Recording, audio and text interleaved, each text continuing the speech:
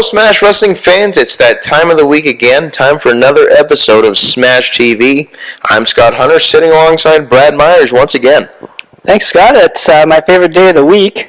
Hump Day, Wednesday, Smash TV Day. It's a good day. And today we're just going to continue our conversation that we started last week with Brent Banks, who I guess you're pretty happy is not here this week. Yeah, I'm a lot more loosened up this time. You seem a little more comfortable. I'm not threatened by violence this time around, so I'm not forced to say anything against my will either. But nonetheless, we are continuing our conversation, as you said, as we take a look back at the last 6 months here in Smash Wrestling. Let's talk about some of the talent that has debuted in Smash Wrestling. Where do we even start? I mean, take your pick. I mean, Should we go chronologically? I don't know if my memory's good enough to get me chronologically. We can try, but I mean, we can sure give the old college try, Brad. I agree with you. So let's look at Any Given Sunday 2. There were a bunch of debuts in there. We had a couple in the same match there. There's that huge Fatal 4-Way match, which a lot of people are still considering to be a front runner for Match of the Year for 2014, and it happened in January. The year had just begun. It's still one of the best matches that I've seen in Smash Wrestling, and when you look at the caliber of the people who are in it, it's very easy to see why. Absolutely. We get the debut of Kyle O'Reilly in Smash Wrestling, as well as the surprise debut of ACH. Not even scheduled to be in that match. It was originally scheduled to be a triple threat match. Well, like they say, Scott, on any given Sunday, anything can happen. It sure did. I mean, those huge debuts for both of those guys, and they've had multiple matches. And we talked about that match being a front runner for Match of the Year. There's another match also involving Kyle O'Reilly. I think there's a little bit of a theme there that a lot of people are considering to be an option for Match of the Year that took place back at Rival Schools when he went one-on-one with the walking weapon Josh Alexander. I mean, it's just Kyle O'Reilly, ever since debuting here in Smash Wrestling, has just been... There's a reason why Kyle O'Reilly is in these Match of the Year candidates. It's because this guy is so skilled and he's so crafty in the ring, and it's so fun to watch. And it doesn't matter who he's in there against, he's always putting on top-notch matches. And then we also look at the same show, still Any Given Sunday 2. We're still in January. AJ Styles makes his Smash Wrestling debut. Much like the crowd went nuts when this guy showed up, and rightfully so. Not just that, but he took on Chris Hero, which was a big name. I mean, they're two big names colliding for the first time in ages. In years, absolutely. And what a match that was. And I mean, we keep talking about these Match of the Year quality matches, and that one's right up there as well. A bunch of debuting stars here, just continuing to raise the bar for Smash Wrestling, and I think it's raised it to the level that it's at right now. And then we move on. Let's see some of the other debuts we've had.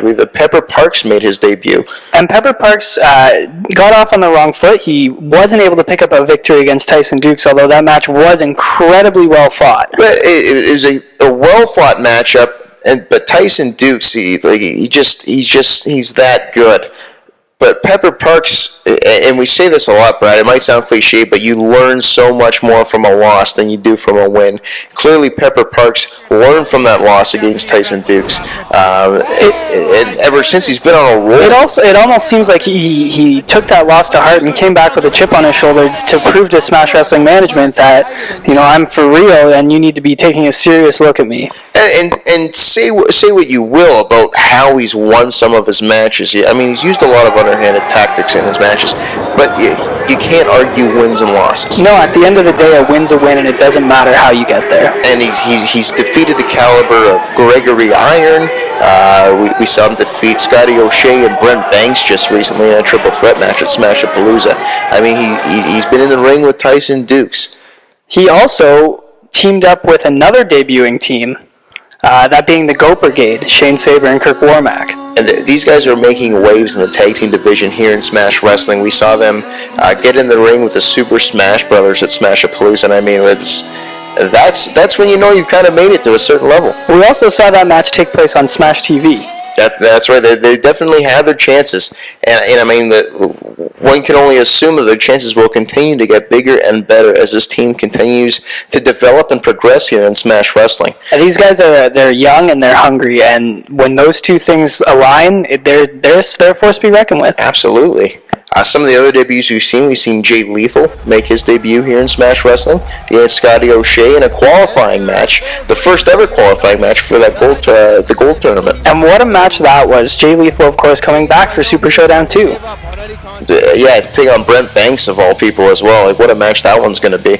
But let's look at some of the other guests we've had. Mickey James came, albeit not in an actual match, but she was a guest referee, so we'll count that as a Smash Wrestling. She was in Smash Wrestling. I'd count it as a debut. She put fans in the seats, so I mean, at the end of the day, we'll put it on the board. But awesome meeting her back at Danger Zone. Fans, be sure to check that one out. Where can they find that, Brett? www.smash-wrestling.com. That's right. And the digital download section. Or you can buy it on DVD if you'd rather have an actual copy of it for yourself as well, folks. Christopher Daniels. Yeah. Making his debut. Yeah. Taking on Takaki Watanabe, another debut. But we're skipping over Destiny Awaits. So sorry, I forgot we're going chronologically over this. I apologize. We saw Alex Shelley make his debut. Alex Shelley. How can I forget Alex Shelley?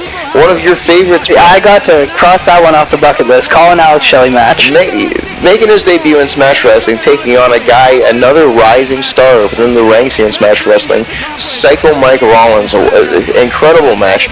And again, that's another one of those matches that really put Mike Rollins on the radar. Yeah, it was the first time that we were actually able to see Mike Rollins and not just Psycho Mike. He was able to harness the Psycho and turn it into aggression, and it was one heck of a match. But that's what bringing in these high caliber talents does to not just a card. It doesn't just make everybody elevate their game because they know the eyes are on them. It also makes the talent in the ring rise to another level that maybe they didn't even know that they had. Speaking of rising to another level, how about Rich Swann? Wow. That guy can float. He gets so much air and such a fun guy to watch, and big debut for him as well. You can't not smile when Rich Swann is in the area. No, he comes out and he sings his own theme song, and he just has a great time, and the fans really caught on to the Rich Swann hype, and I don't think it's just hype. No, I definitely can't wait to see Rich Swann again at a Smash Wrestling ring. And James Key, if you're watching, let's get on that. Let's make that one happen. What are some other debuts that we've had here? I've skipped over a bunch and I've lost the whole chronological train of thought now, Brett. I mean, at Gold, we saw Watanabe. That's right. That was a huge... James Key threw out an open contract to countries all over the world. Japan was the first to respond. New Japan Pro Wrestling sent over one of their rising stars, and Takaki Watanabe. And this guy is phenomenal. Unbelievable. And some of them, he was this close to becoming the first ever Smash Wrestling champion. He got that 5-man elimination match down to a one-on-one opportunity between him and the Canadian Goldberg, Matt Cross. And that's no small feat. That is. Look at who he had to take out. That's it. He had to take out Kevin Steen, another debut that was made this year. No. Kevin Steen was at Any Given Sunday. Well, there you go. Kevin Steen, though, a big guest that we've had. A very big guest, not a debut, though. I mean, any chance, I kind of try to work him into the conversation, because anytime you get a chance to talk about Kevin Steen, you got to talk about Kevin Steen. Absolutely. And, he deserves everything he gets in this business for sure. But Takaki Watanabe took out Kevin Steen, took out Josh Alexander, took out Chris Hero.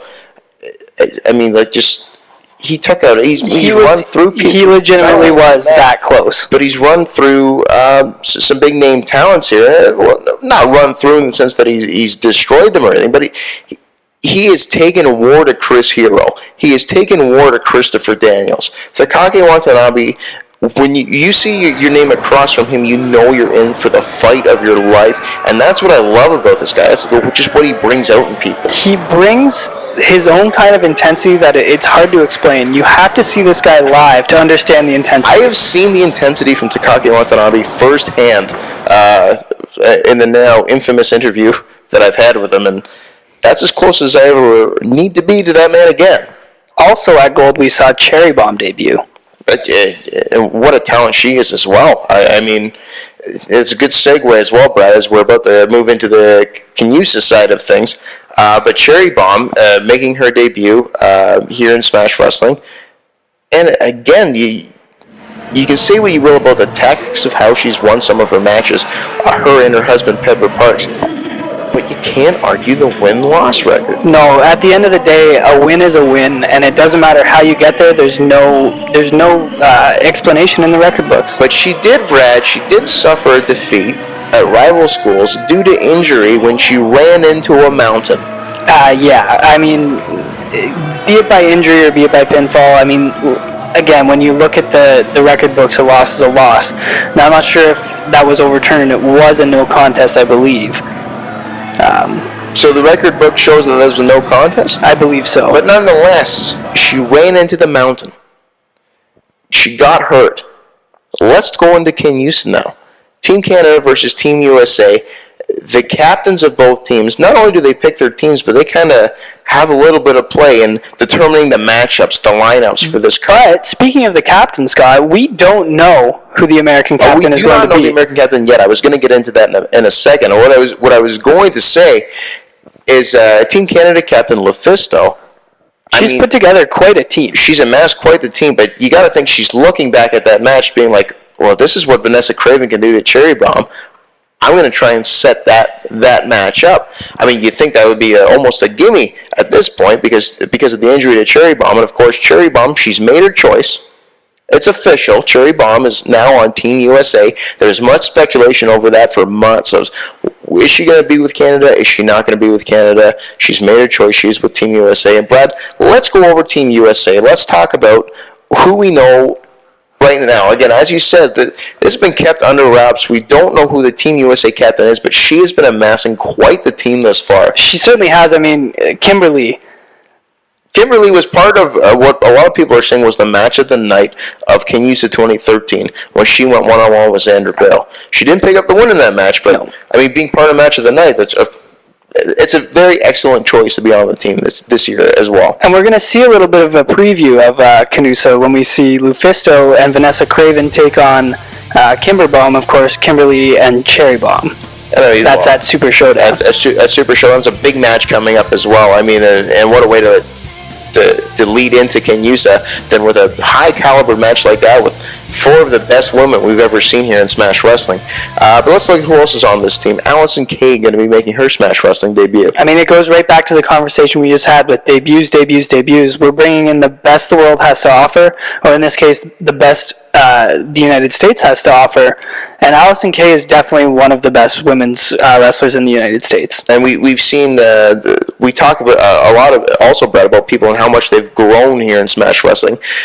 Veda Scott is another name on the Team USA roster that has grown leaps and bounds since we first saw her. Not that by any means to downplay how she wrestled when she was first here, but she's become a well-rounded fighter now. She certainly has, and she is, again, on Team USA. And when you look at Team USA, you got to wonder, how is Canada going to be able to match this? How is Canada going to be able to assemble a team that we do know, and we'll get into it, but how are they going to be able to assemble a team that's going to push these girls to their limit? Well, and that's the thing. It's no surprise that there's a lot of returning talent on Team USA. They won last year. They're the defending champions. Why not dance with the song that brung you? Add a little bit of talent. Throw Allison Kay in there, and we don't know where. I mean, I've been assuming, I don't know about you, but I've been assuming for a long time that Christina Von Eerie was going to repeat as Team USA's captain. She very well might be, but it hasn't been announced yet. And I think that plays a little bit into getting into not only Lufisto, but Team Canada's mindset that we're going to make you wait on it. We're not going to let you prepare too far in advance. That's an advantage of Team USA because they already know Team Canada's captain. It is, and it's going to play on their minds because you don't know who the captain is, and when you don't know who the captain is, you can't start weighing the options of these matches. Well, and that's the thing too. Lufisto can't start looking at the current and trying to match things up until you know who the captain is. I mean, that's a big point right there. But meanwhile, USA is now sizing up Team Canada and trying to pick and choose the matchups that they want. But let's look at Team Canada. We've already gone over Team USA. Let's look at Team Canada. Of course, Team Canada repeating as captain, Lufisto, earning her right by winning a fatal four-way match with some of the top talents that we've had here from Canada. Yeah, that match was arguably one of the best women's matches of the year. I mean, it had hard-hitting action. It had high-flying action, and at the end of the day, there was Canadian pride on the line, and there was personal pride on the line, and Lufisto was able to pull out the victory. And the match, of course, folks, was from Destiny Awaits, where she took on Vanessa Craven, Silesia Sparks, and Courtney Rush in a fatal four-way match. Some people are under-respecting that match. I think we saw last year that Vanessa Craven earned her respect earlier in the season, why she got selected to the team. At Super Showdown. Well, not only at Super Showdown, but last year's CANUSA she was selected to the team for the same reason, that she's earned Lufisto's respect. No surprise, Lufisto once again selecting Vanessa Craven. I mean, she's the mountain. She's been on an absolute roll here in Smash Wrestling. She's absolutely dominated everyone she's been in the ring with. I don't know if there's any stopping Vanessa Craven. I don't think so. She's too much of a threat. She's big. She hits hard. She chops, much to the fans' delight. I mean, you'd almost be stupid not to pick her to put her on the team. Yeah, the nickname The Mountain has never been more fitting. And Brad, not only there's been some other people that have earned the respect of Lufisto as well. Courtney Rush in that match earned the respect of Lufisto. Yeah, Courtney Rush had a rough go last year. The night before CANUSA, she was actually injured and couldn't compete. So this it's huge for her just as much as it is for Canada. I think Courtney Rush has a lot to prove. Courtney Rush was a huge loss last year, and a lot of people are saying she's probably the reason why Canada didn't pick up the victory, losing 3-2 the final score at the original CANUSA. Had she been in it, who's to say? Maybe Canada could have won that. Maybe Canada could have won the whole thing, and it could have been them looking to repeat this year. But Courtney Rush has made her return. She's fully recovered from her injury, and she's ready to go. And Lufisto, I mean, kudos to her, selecting her, giving her that opportunity to prove herself, and not only to the fans, but to her country. And also to herself. I mean, we talked about the injury. Coming back from an injury is no easy thing. But Courtney Rush is super intense. She has the great mindset for this industry, and I think the sky's the limit with her. And when you talk about returning from injury, she's not the only one that's had an injury-riddled 2014 thus far.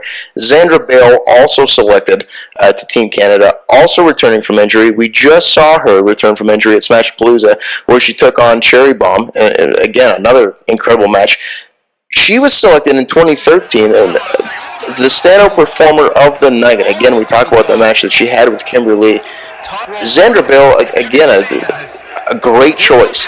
Yeah, Xandra Bale always brings her A game. She's always one step. She's very quick. She's always one step ahead of the competition. And to see that match with Kimberly last year was absolutely amazing. There's no doubt in anybody's mind that she was the outstanding performer. Hopefully she can do it again. And this is, as you start to look at Team Canada, it seems to be that Lufisto, she's kind of putting back together the team that she meant to put together last year. The original team that she had selected, she believes in these girls. She believes that they can get the job done, and I think they have a tremendous opportunity to get it done this time. But again, there's that lingering feeling that we don't know who Team USA's captain is. I mean, they've got their work cut out for them, but fans, stay tuned to Smash TV and Smash Wrestling, Smash-Wrestling.com. as both teams for CANUSA continue to take shape. I mean, Cherry Bomb has been saying over and over again, letting us know that Team USA's captain will be revealed at Super Showdown 2. The following is brought to you by the Shining Wizards Network, home to many great podcasts, including Neckbreaker, 2.5 Wrestlers, The Midnight Jury, Pro Wrestling 101, Turnbuckle Throwbacks, Apex Radio, and of course, The Shining Wizards. Available on iTunes, Stitcher Radio, Audio Booth, and at ShiningWizardsNetwork.com. The rumors I'm talking about is that I accepted a new job, and I did. I'm going to trade Wales. I'm going to rerun, and I can't.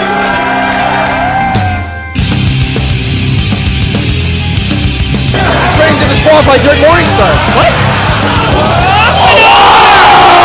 Hang on here. Whoa! Neckbreaker. Springboard. Whoa! What a lot! Whoa!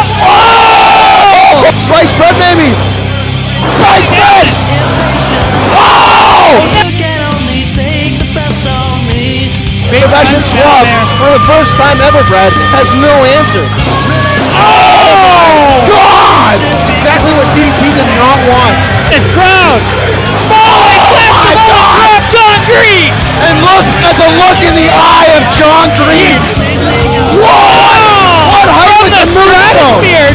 Kryptonite! Crunch! Oh, he nails it! Five-ton frog splash! I like to think of you guys as a little spoiled. I think you guys are a little cocky as well too. I think you guys think you know more than you do. I think all of you guys are ignorant pieces of shit.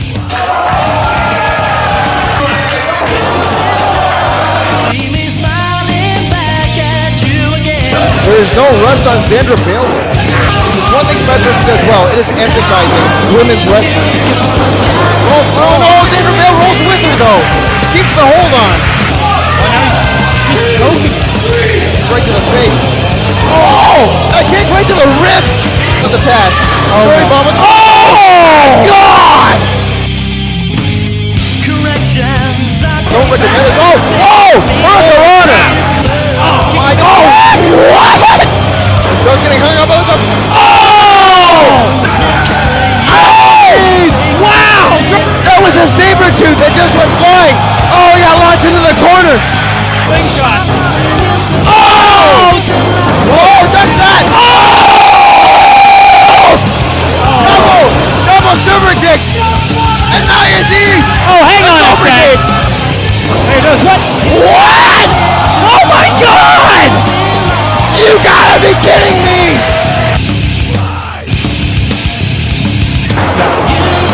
Oh! Nobody wins that against Kevin Steve. Whoa! And, oh! Tyson Dukes face first off the bar. Oh! He just hit him with food! What are you, F-Shank? F-Shank connected! Oh! You gotta be kidding! Oh! God! He stacks him up! No! Back his power driver! Shoulder block. Watanabe not going anywhere though. Oh! Oh! My God! Quick driver! Oh, nails it! My goodness! Yes! Moonsault! Oh! On his feet! Oh! Again! Oh! A straight jab! Crossbody! Alexander landing in his... Oh! Alexander rolls through. Oh! What a drop kick! Right now, in the lead of My that. So one of God! these two men. Number 4. Oh my God! Punch right to the top of the head. Oh my God! There's... And he's on Hero! They hit him harder! And Hero will oblige! Oh! Exploder suplex! Oh! Oh, look out! Oh, what a power bomb! Alexander reverses! Oh! Oh! What? How much can this kid take? I mean, oh my God! That's it. No! Stop the match! Somebody's got to stop the match! You guys gave them something to look forward to, something that they can actually have someone speak to them about their dreams, saying that it's good to pursue it. So I think it's really positive. A positive influence. Like I said, the kids are responsive to it, and at the end of the day, Smash. This is Smash isn't just about the in-ring product. It's about getting out in the community and making a difference. And when you see the look on the kids' faces, and when you see them actually responding to the things you're saying, you know you are making that difference. It's nice coming out today and talking to all the kids. We didn't get that opportunity when we were growing up, so it's nice to be able to offer the kids that opportunity. This is very exciting for me. As Matt Cross, I've performed in 19 countries around the world. Not a better feeling than seeing these kids with their faces and their smiles. It's all love. I love doing these. I love the kids here. It's such a great experience. You can be that. You're honest. I don't care how hard it is. I look forward to being a part of these events just as much as I look forward to being in the ring. It's about doing something different, about doing something challenging, and really, after an event or two, you actually do notice that you are actually making a difference for these kids. So whether it's visiting schools talking about bullying or chasing your dreams, or if it's getting involved with the local communities that we run events at, I hope that us as Smash athletes, we ingrain ourselves in those communities. We get to know these faces, we get to see these faces again, and it's something that we do on the regular.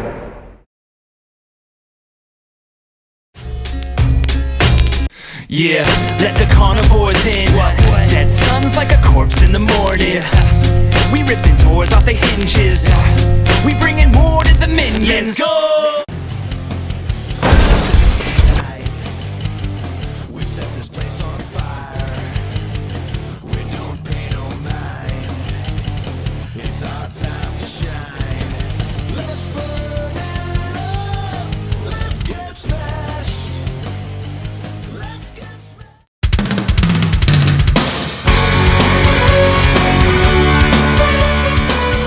The Smash Wrestling fans have voted, so here we present the top 10 moments in Smash Wrestling history. With never-before-seen footage and backstage details, we will find out which moment you voted as number 1.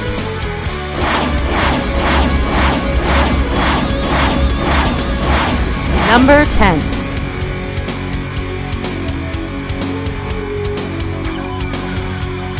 Right to the face of Mephisto.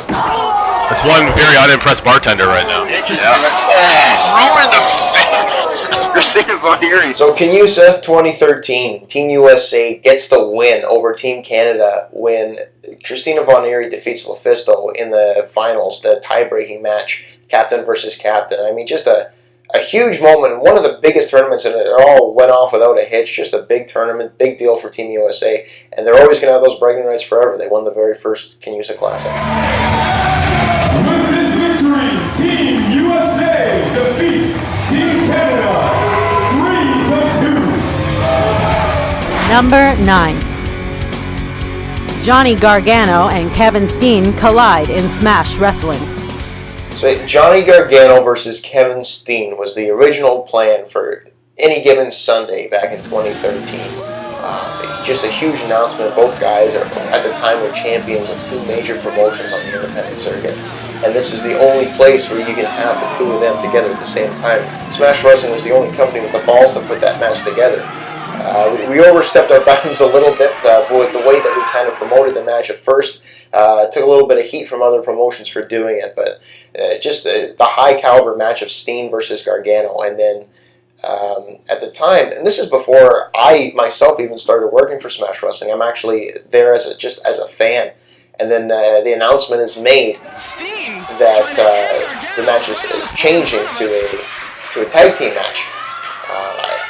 At the time, Kevin Steen was injured. I didn't know that at the time, but now looking back, that's what I proposed. Kevin Steen was hurt at the time, so it turned into a tag team match where Kevin Steen teamed up with Tyson Dukes to take on Johnny Gargano and hacker Scotty O'Shea. And I think that added element of Dukes and O'Shea, you add the biggest feud of 2013 into the mix in this tag team match. It just made it so much better than anyone could have ever imagined, and just made for a really big moment in Smash Wrestling. That was the show that really set the tone for what the company was going to become and where we were going from there. And I think those 4 men had everything to do with it. And just a really big match to showcase the homegrown talent here in Canada with Tyson Dukes and Scotty O'Shea, 2 mainstays here in Smash Wrestling. I mean, a big deal for them and a big deal for all 4 guys involved. Just a great match. What are you going to talk about in this stupid aftermath crap? I would if I were able to talk about... Oh, wait a second here. You're talking about the Smash Brothers! Number 8. Scotty O'Shea, Tyson Dukes, and the table that would not break. Redemption. Tyson Dukes versus Scotty O'Shea. The street fight that these 2 guys had was insane. These guys brawled. They went to war. We got to watch the match again on Smash TV a few weeks back. But this table would not break. I mean, just refused to break. And it's got to be frustrating, I bet, for both of those guys in the ring. trying to put your opponent through this table. I mean, you've got the table, you might as well use it. 3 DVDs finally got the job done to break that table and put Scotty O'Shea through it. But just, I mean, looking back on it, it's kind of funny this table just didn't want to break. But I can see definitely the frustration on both of their faces during that match when they just didn't know what to do to break this thing. 3 times. The fans losing their mind. Number 7. John Greed kicks player Dos off a balcony and through a table.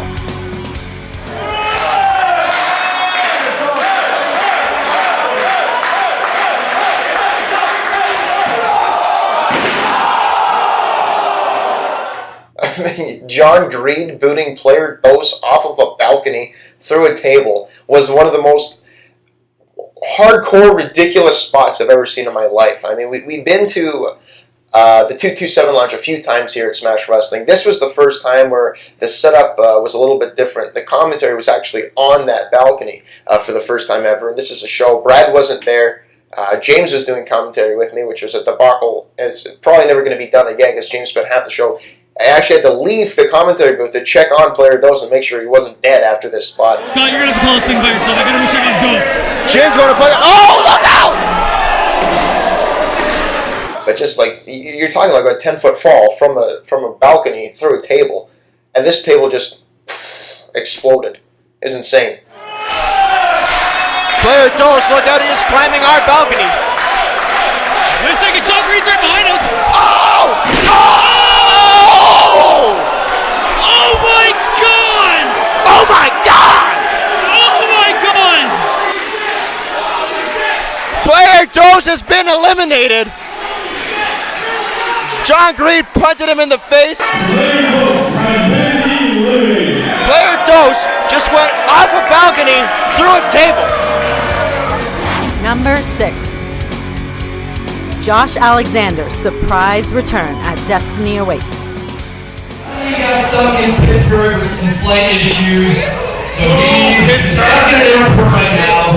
Want to let me know how bad he wanted to be here, but it's not going to happen tonight. I'm sorry, guys. What's Matt Cross?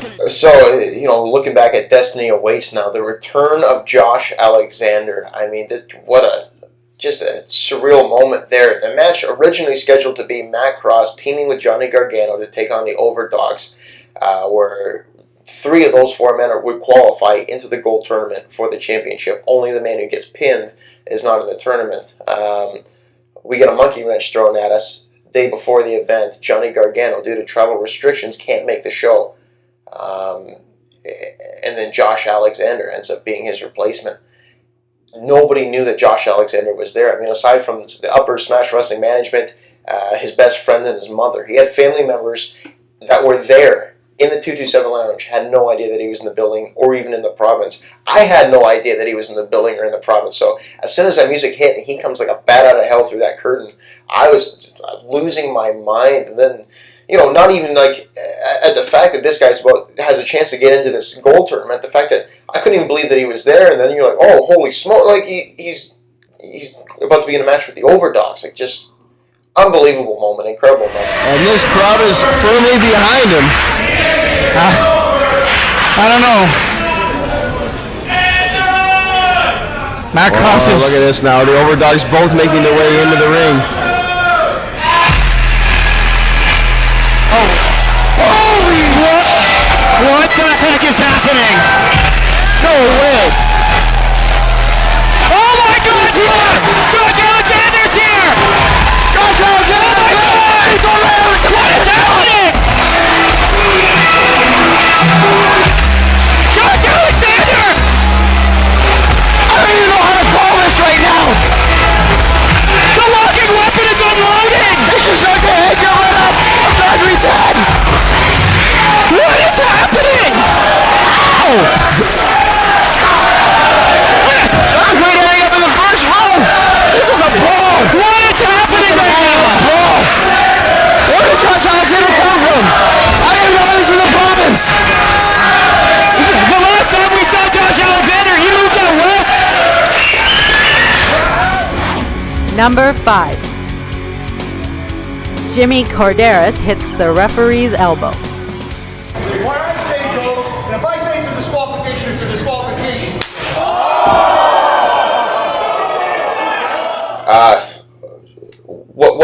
more can you say about Jimmy Corderas? I mean, just a class act guy all around, and I firmly believe that Smash Wrestling is not Smash Wrestling without Jimmy Corderas.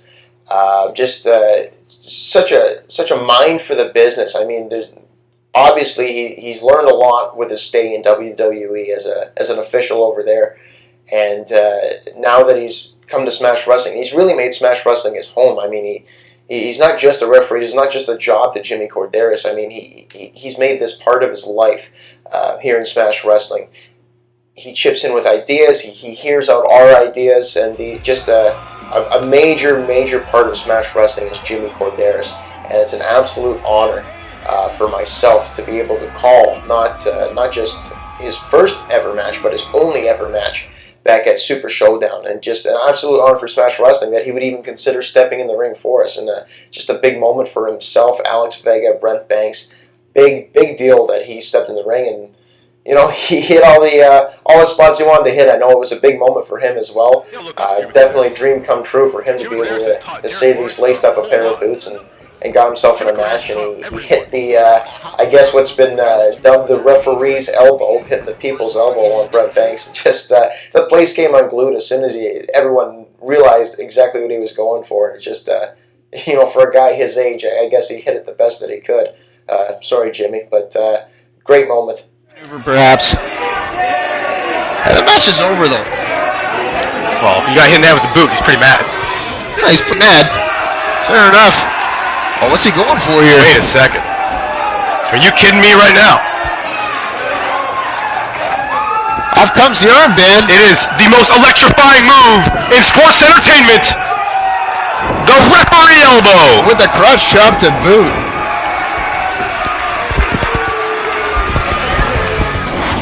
Number 4. Matt Cross makes his entrance as the Canadian Goldberg. Mr. Cross, we're ready.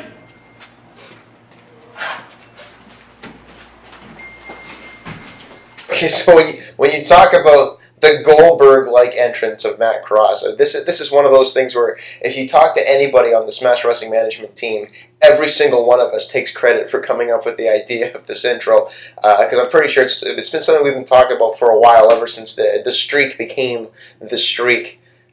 So a lot of production went into it, probably a lot more than necessary. We had to make sure everyone was here early. We had to get everyone to shut up downstairs in the locker room while we did this, and the cameraman the entire time was walking backwards trying to film it, just not skilled at doing that. And you see at one point, it's pitch dark. You can't even see the intro, and that's not like a cut or anything. That's just him tripping over stairs and walking through the darkness. We didn't really think everything through as we did it, but the end result, I think, it came across about as well as it could have come, and everyone got the gist of what we were doing. So actually, if you go back and watch it, there's some funny moments in this really short span of this intro. I mean, they knock on the door, they get Cross out of the room, they start walking down the hall. In the first hallway, there's a guy. He's standing at the back of the hallway. We have no idea who this guy is. He's just some guy standing there. They make it through the first door. One of the, I guess you can call it security guards, trips over something on the floor.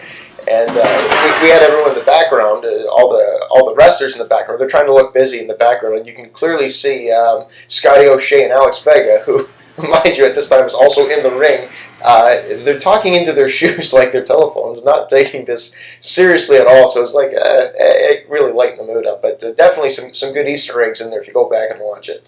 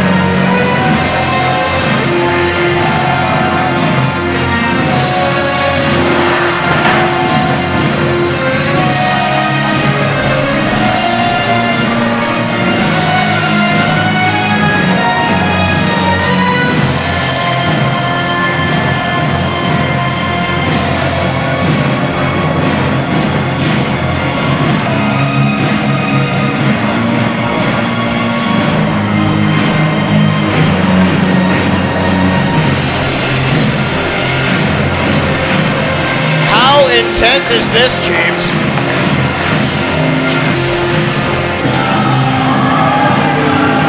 And here he is!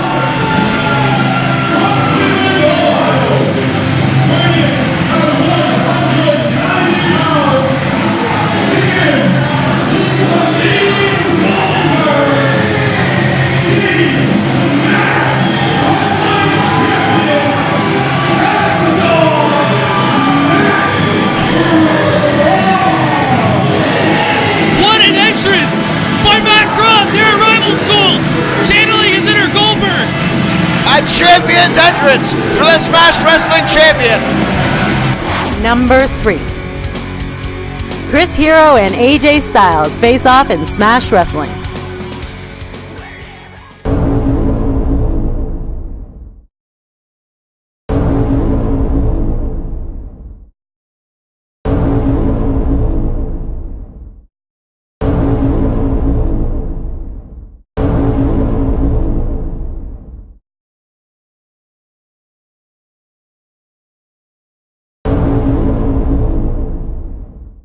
So Chris Hero makes his Smash Wrestling debut back at Tapped Out December 2013.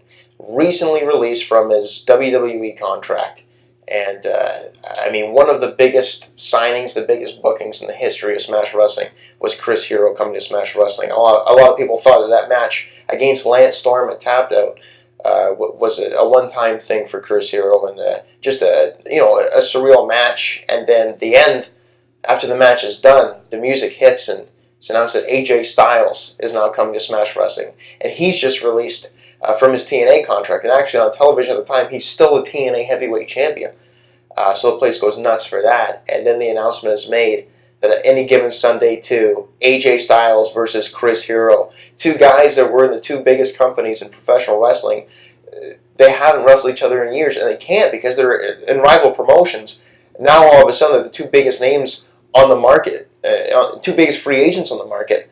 They're both coming to Smash Wrestling in the biggest match in the history of the company, and one of the biggest matches in the history of professional wrestling. Just an unreal moment.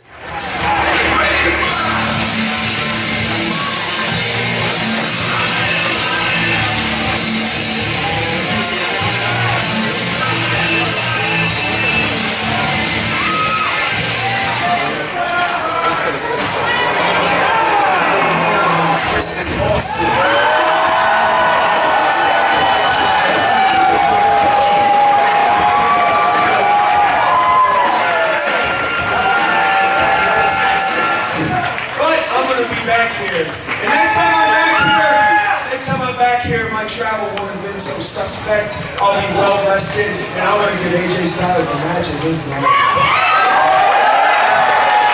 And then the match happens, and Chris Hero knocks out AJ Styles. And at the time, this, like even to date now, probably the time this is airing, that's one of AJ Styles' only losses since returning to the independent circuit. And just went on to show like how big of a star Chris Hero really is and really was, and he's on to great things now heading into Super Showdown 2. I mean, he's going to give Matt Cross a run for his money for sure.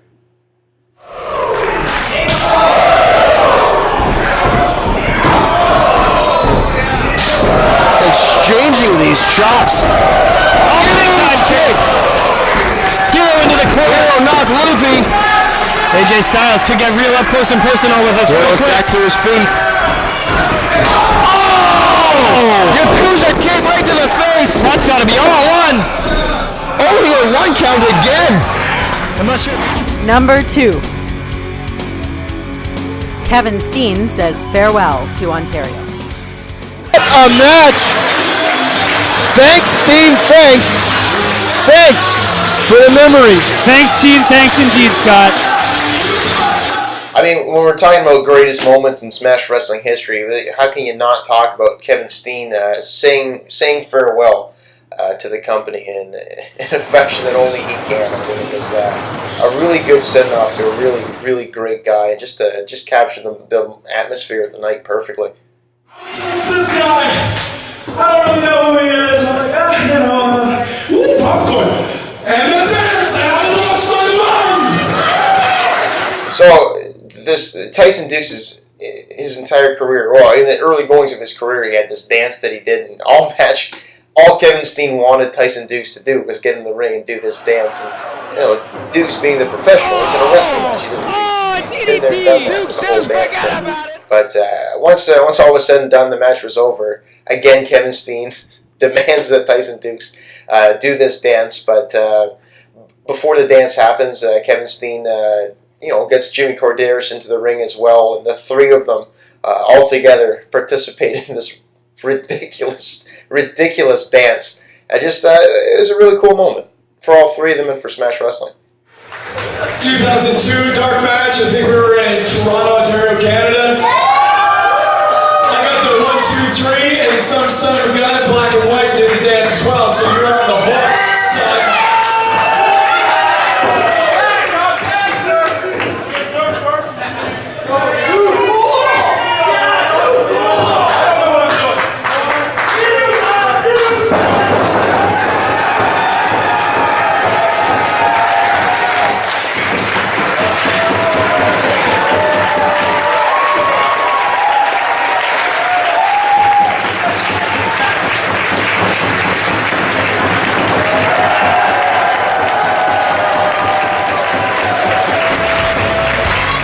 Number 1. Matt Cross becomes the first ever Smash Wrestling champion.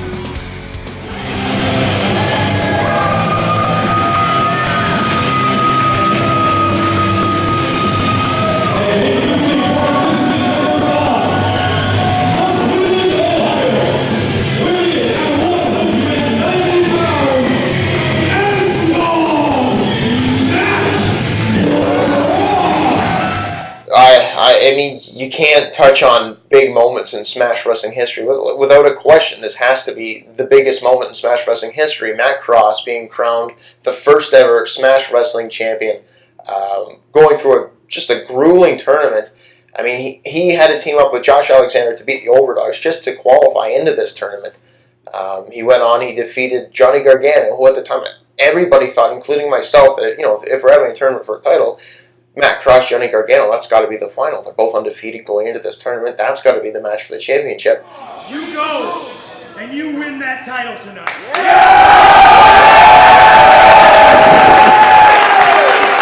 And then James Keith throws a massive curveball at everybody. This is a first round matchup, and then, oh, geez, where do we go from here? We got a 5-way? I just fought one-on-one and it was tough as man.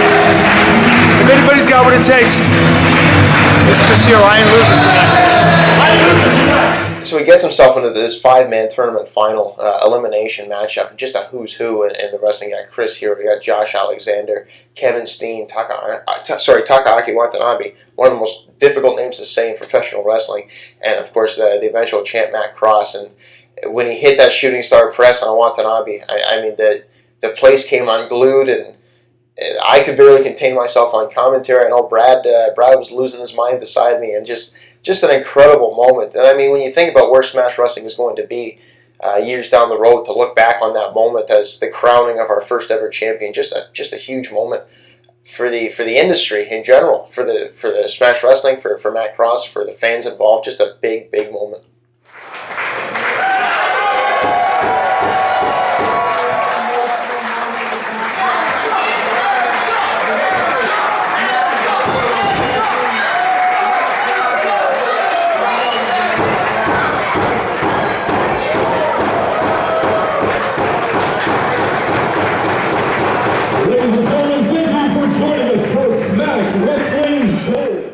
Strong, Lisa Vino, Alex DeWitt, Michael Beard Kostecki, Nadine Farron, and Jimmy Corderas. From Machino Music comes High Speed Flamingo. Welcome to the Weekly Wrestling Podcast, and welcome to Smash Wrestling. Oh my God! What is going on? Ankle lock! Ankle lock! Oh my God! Hero wasting no time, coming in with a big boot to Watanabe. You missed out totally if you weren't here at Smash Wrestling tonight.